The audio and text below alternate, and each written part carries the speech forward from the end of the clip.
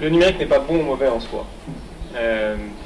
Il faut voir, je le dis parce que il y a une vision qui a été un peu utopique du numérique pendant assez longtemps, comme un espace de liberté, un espace d'entreprise, un espace d'expression extrêmement extraordinaire.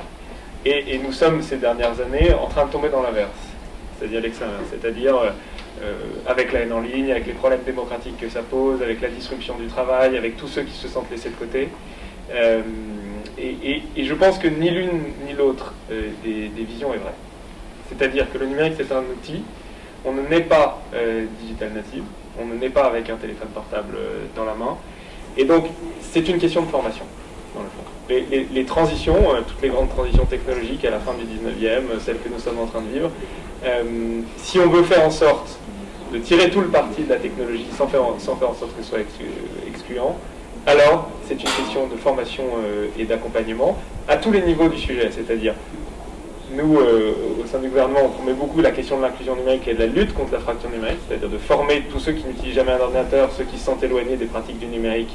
Et pour ça, on a besoin de beaucoup d'humains, c'est-à-dire de formateurs. C'est pour ça qu'il y a quelques mois, on a annoncé qu'on allait mettre 4000 personnes sur le terrain entièrement payées par l'État, parce que si on veut accompagner, c'est une question de formation.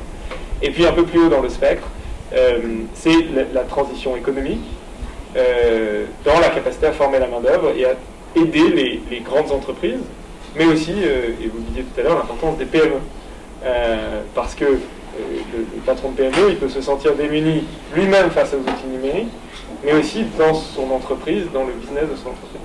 Et donc, c'est pour ça que si on veut, il n'y a pas de réussite économique sans réussite d'inclusion sur le sujet. D'abord parce qu'on en a besoin en matière économique, et ensuite parce qu'il y a une question de soutenabilité. Et je pense que si on veut faire en sorte, face à l'espèce de dystopie auquel on doit faire face aux doutes des citoyens, face à la technologie, la 5G, les vaccins, etc., on a besoin de faire en sorte que cette connaissance du numérique se répande beaucoup plus dans la société. Et ça revient toujours à une question humaine, d'accompagnement, de formation et de gens qui se mettent autour d'une table pour se dire, bon,